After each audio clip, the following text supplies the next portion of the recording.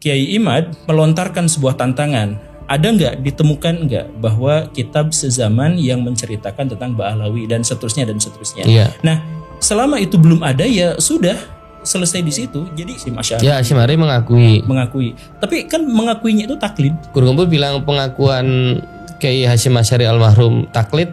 Nah, bisa memvonis taklid itu dari mana, kan tidak ada penjelasan dari beliau. Memang tidak ada penjelasannya, tapi kita juga tidak menemukan bahwa beliau pernah melakukan penelitian sendiri. Ada nggak? Ya kan? Ada nggak bahwa beliau melakukan penelitian sendiri untuk membenarkan atau menyalahkan rangkaian nasab ini? Ya kan aneh. Situ nggak percaya Ba'alawi, tapi gurumu percaya kan gitu. Yes. Iya makanya. Gurunya percaya kalau Ba'alawi itu nasab tersambung kepada Nabi. Lah muridnya nggak percaya kan, agak aneh aja kan. Jadi gini nih, proses berpikir kita itu ini gini ya, proses berpikir yang paling rendah atau cara berpikir kita yang paling rendah adalah ketika kita dapat berita, kita langsung percaya. Itu terendah.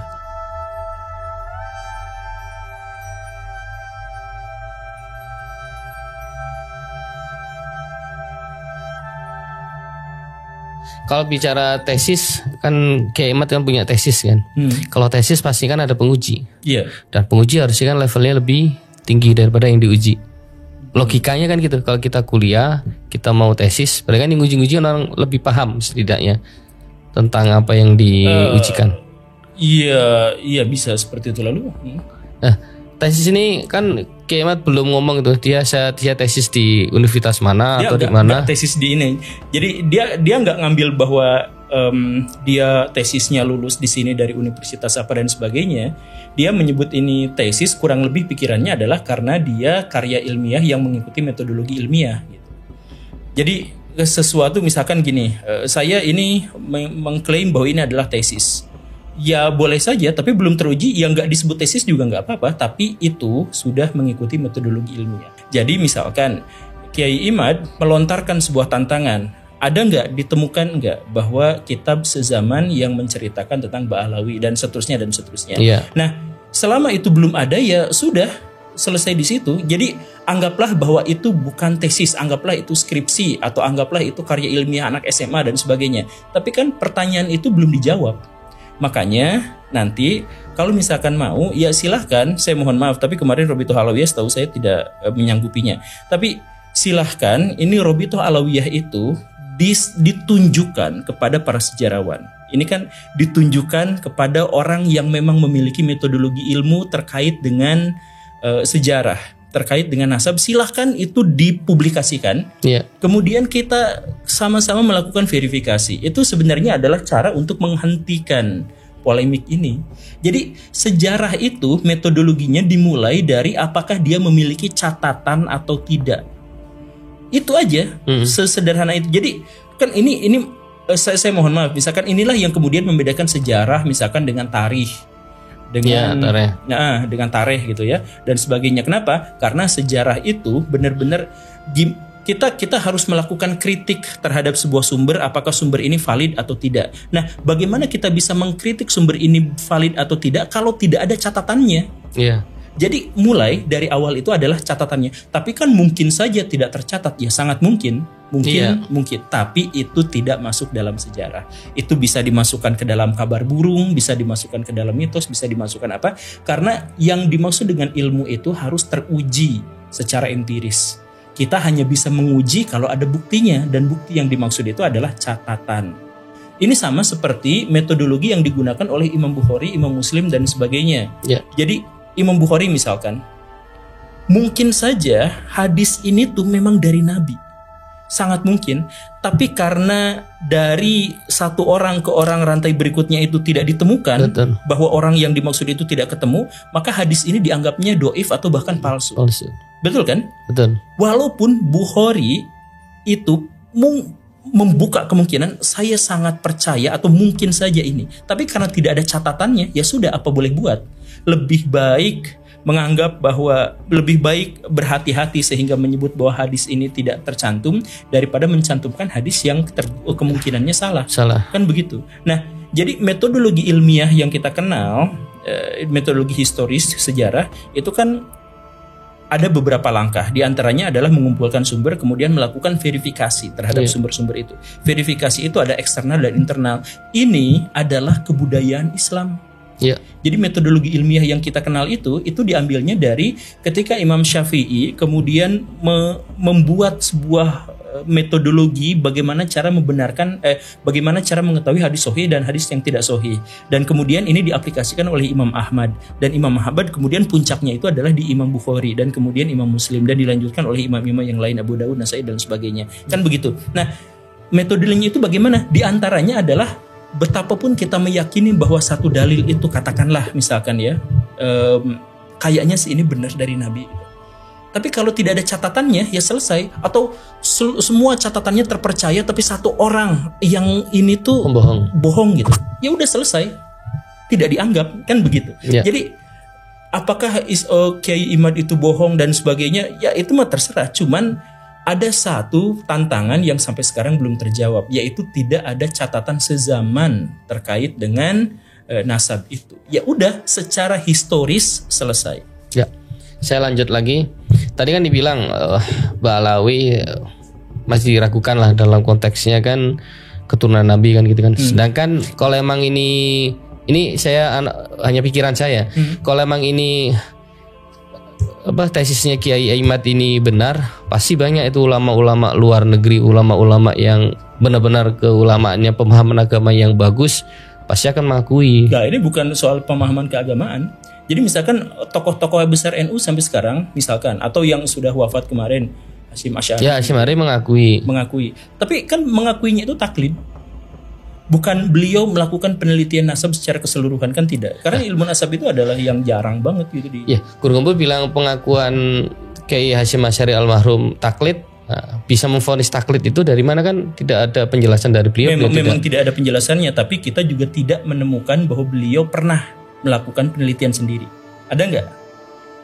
Ada nggak bahwa beliau melakukan penelitian sendiri untuk membenarkan atau menyalahkan rangkaian nasab itu?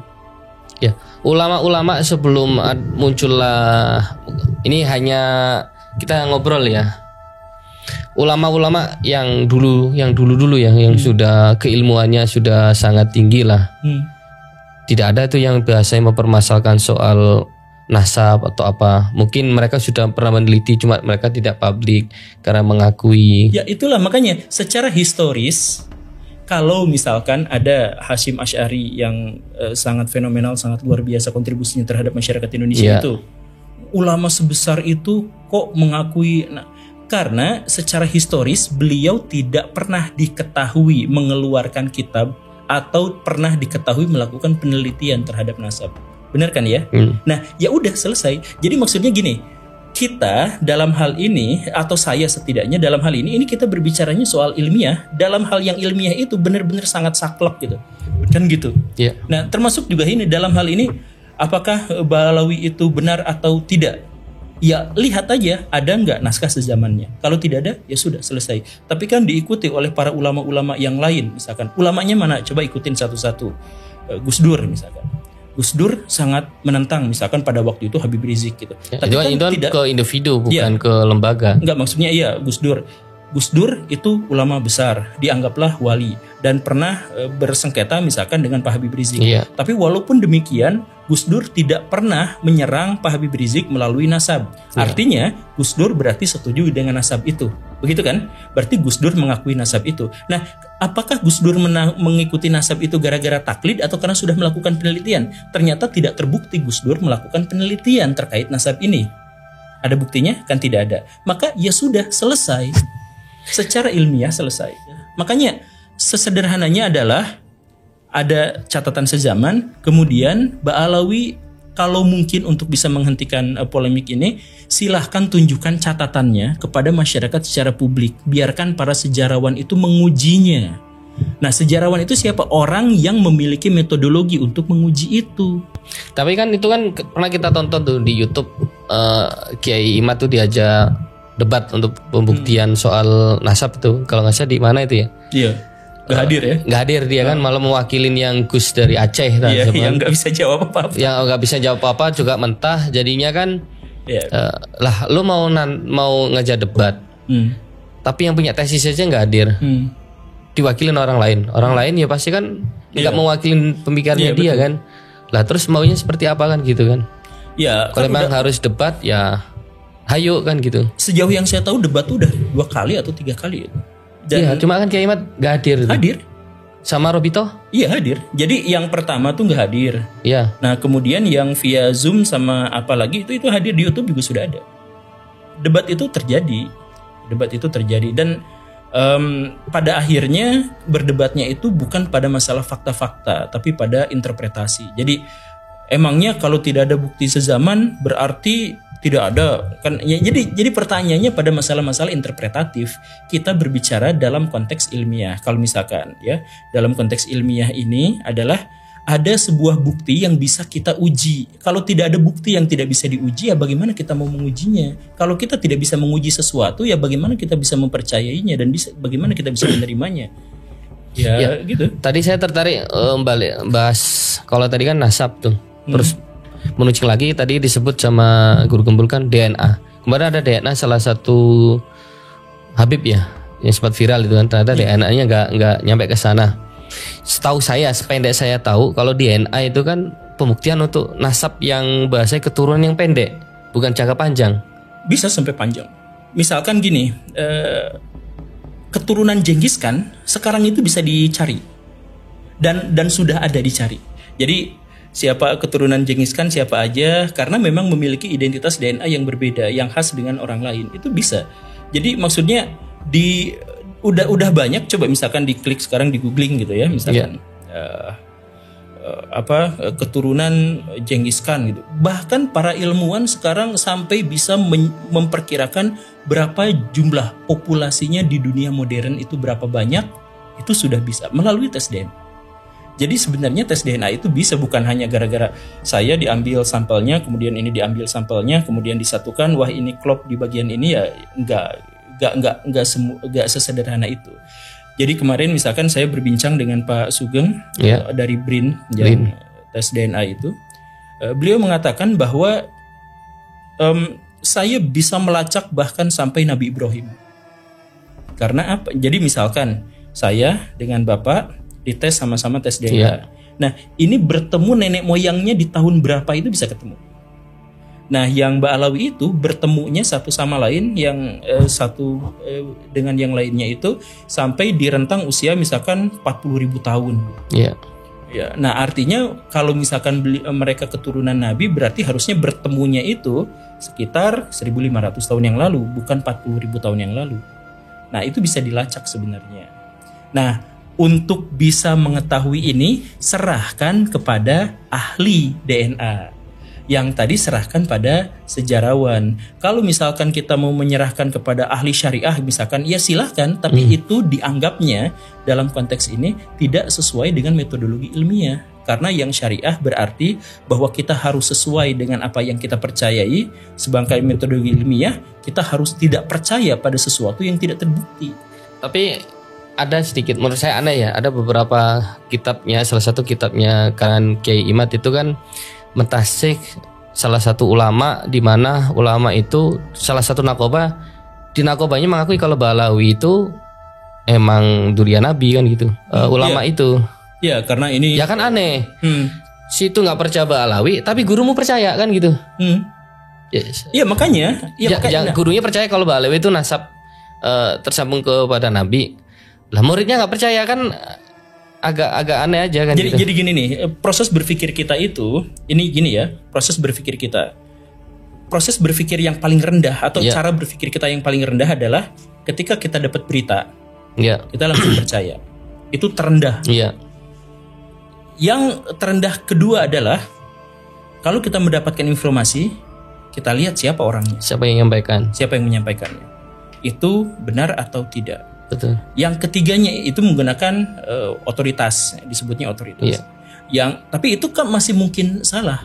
Ya, yang ketiganya itu adalah kita mendapatkan sebuah informasi lalu kita uji dengan diri kita sendiri, apakah itu benar atau salah. Kemudian yang keempat itu adalah kita menguji menggunakan metodologi yang sudah memiliki pakem. Nah, kalau misalkan levelnya pada masih menurut, tapi kan menurut ini diterima, menurut itu tidak diterima, menurut ini diterima, menurut itu tidak diterima, itu masih level 2 misalkan. Dan kita gak bahas ini, saya juga gak bahas misalkan tesis Kiai Imad itu benar atau salah dan sebagainya. Saya hanya mendasarkan sebuah argumentasi yang paling sederhana secara ilmiah. Oke, secara ilmiah metodologi pembuktian itu membutuhkan sesuatu yang harus bisa dibuktikan. Kalau tidak ada, ya sudah.